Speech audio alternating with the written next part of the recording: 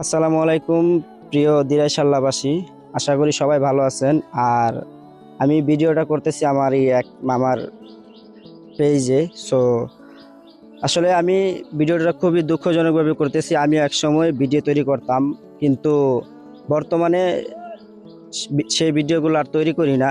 তারপরও দুঃখের বিষয়, আমরা দিরাশালার মানুষ, আমরা কতটা ভোগান্তিতে আছি সেটা একমাত্র আমরাই জানি। হ্যাঁ, আমাদের যে বর্তমান এমপি মহোদয়, তিনিও কোনো ধরনের দিরাশালা নিয়ে মাথা ব্যথা নেই, কোনো ধরনের কোনো কিছুই নেই। হ্যাঁ, আমি মূলত আজকে আমাদের রাস্তা নিয়ে কথা বলতে চাইতেছি।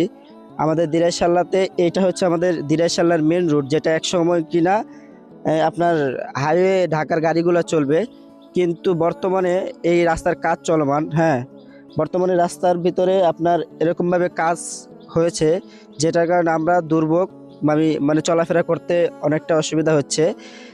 মূলত এখান দিয়ে গাড়ি কোনোভাবেই চলাচল করতে পারে না, আর মানুষ চলাচল করতে গেলেও অনেক ধরনের অসুবিধা ফেস করতে হয়। হ্যাঁ, সো আমি এটাই দৃষ্টি আকর্ষণ করতে চাই ইনু মহোদয়কে।